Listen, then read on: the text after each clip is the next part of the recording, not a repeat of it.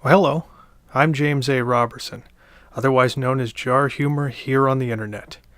And recently I was tagged by Levi, the garage movie guy, to answer some horror movie questions. This is the Horror Tag Q&A.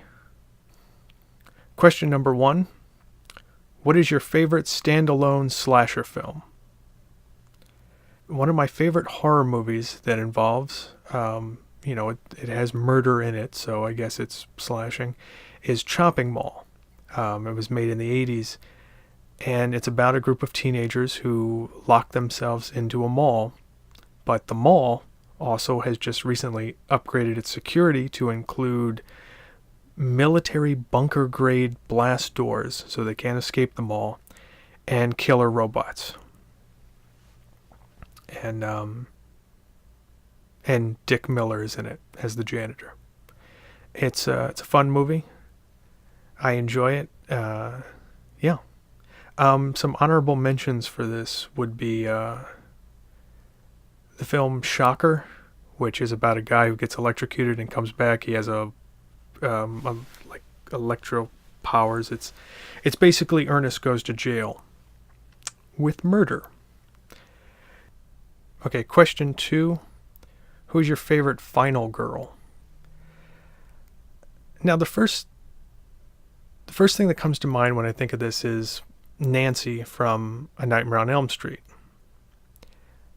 Because of the whole kind of fighting back, like as soon as she figures out she can take things out of her dream, she's like, I'm going to grab Freddy and I'm going to bring him here and I'm going to set up all these booby traps and get him. It's insane. It's the last part of the original Nightmare on Elm Street is basically like Home Alone. It's, Nancy says, I'm going to get Freddy Krueger and then I'm going to go get the wet bandits. My favorite final girl would have to be Regan from The Exorcist. Because that's not a traditional final girl, as there is not a whole lot of people that get murdered in The Exorcist. But it's an instance in which the monster and the final girl are kind of one and the same. I mean, I know she's possessed by Pazuzu and everything like that, but she survives it. And I think it's a great performance by Linda Blair as both the monster and as the girl who this horrible thing is happening to, and then she gets out of it on the other end of it. So she's my favorite final girl. Some honorable mentions are Jada Pinkett Smith in Demon Knight. Once again, she's a badass. She fights back against Billy Zane. And another honorable mention would be from a more recent horror film called Happy Death Day, the character Tree, the one who's reliving her own murder over and over again. The character's name is Tree.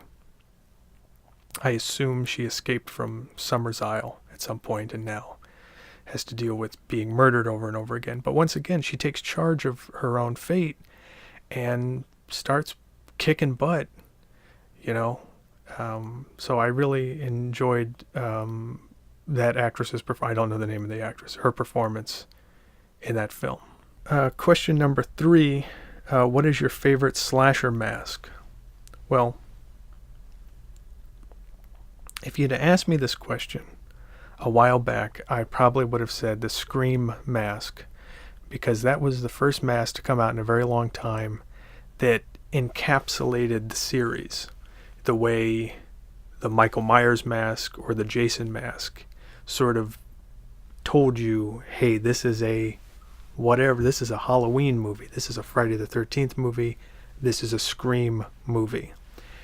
And we're going to get that now with Happy Death Day, which they're making a sequel to. And that mask, that baby face mask, I think is an incredible piece of production design. It's creepy and it's simplistic.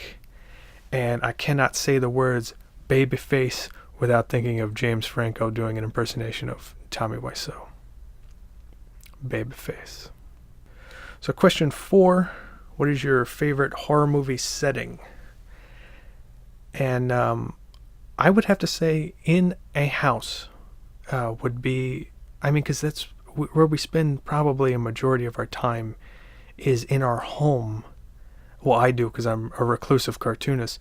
I think we've all had the experience of getting that knock on the door a little too late at night and being weirded out, only to find out that it's just someone being nice, letting you know that you left your lights on your car. My favorite actually example of a home being used in a horror movie is the high-rise mirrored apartment building in Poltergeist 3. There are mirrors everywhere in this apartment building. In people's, rooms.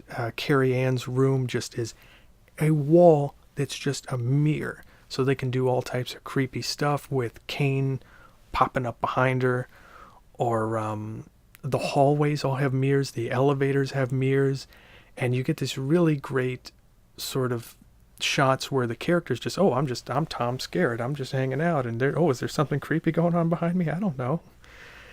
And my favorite shot in that film is the Zelda Rubinstein, like the necklace thing where they grab the necklace and it just like there's this crash and the mirror breaks and Tangina turns into a skeleton, like a mummy skeleton type thing. So some pretty cool stuff was done in that film using this high-rise apartment building with mirrors. Very creepy stuff. Parking garages as well. If you could do an entire film in a parking garages are creepy, in my opinion. Question number 5, favorite slasher kill. Well, if I were to go back to my favorite horror film, Chopping Mall, there is a kill in it that gets me every time. I love it. It's the scene where there's a girl running from one of the kill bots and it's shooting lasers at it.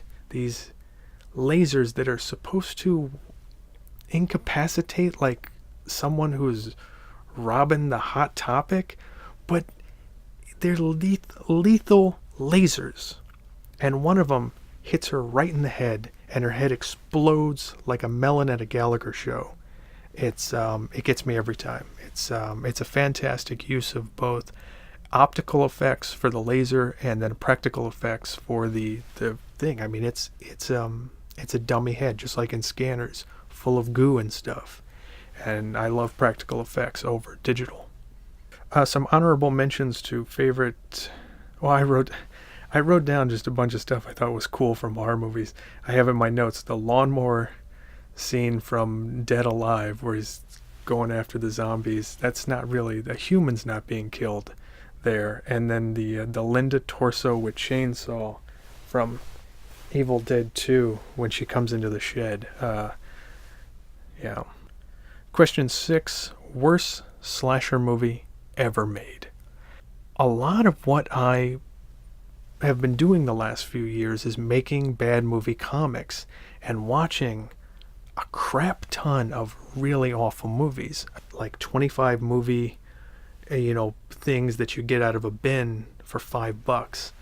And I own some really horrible movies. I'm not going to crap on any of them, even though those are probably some of the worst horror movies I own. My choice for worst horror movie is a movie that people actually enjoy. And I don't know why they enjoy it. And I don't know why this film was remade. And I don't know why people think it's great, because it's boring in my opinion.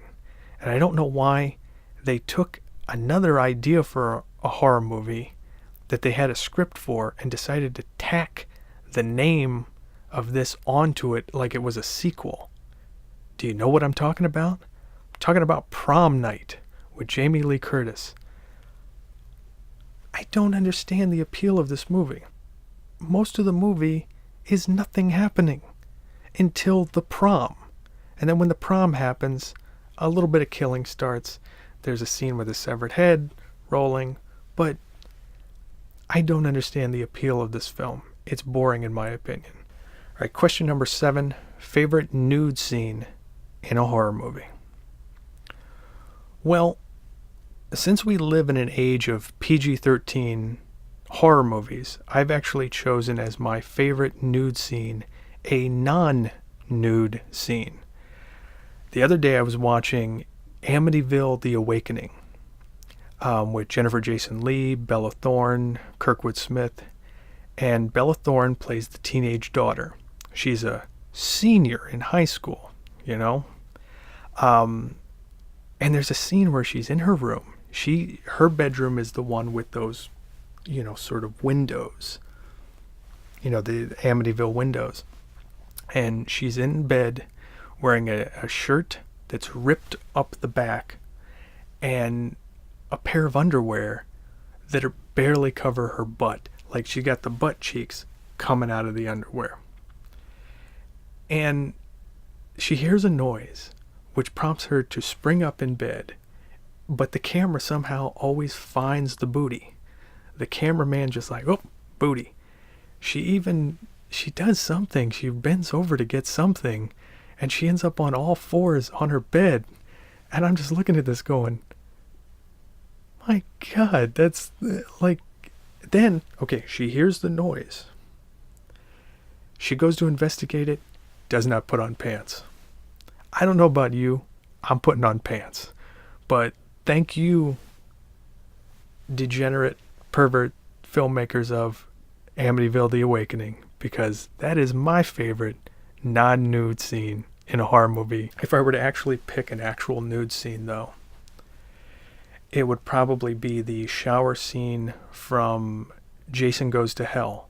The one at there's a shower scene at the very beginning that is a fake shower scene. It is them luring Jason into a trap, and it's done so cliche and beautifully in that horror movie type style where you just think the girl's going in and taking a shower. So yeah. All right, so those were the questions I was given.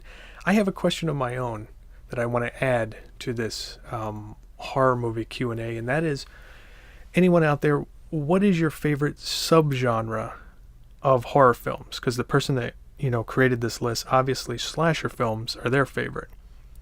Mine is actually horror comedy. Films like Tucker and Dale versus Evil, Shaun of the Dead, Cabin in the Woods, which are, they're horror movies where the stakes are still real. People are being murdered, but there's a lot of humor, as opposed to a comedy that is a horror parody like Scary Movie or Attack of the Killer Tomatoes. So yeah. So thank you guys for watching. I will be tagging a few people that I know here on the internet to see if they want to do this horror Q&A thing. Thank you very much for watching. Please leave some comments answering these questions and that. All right.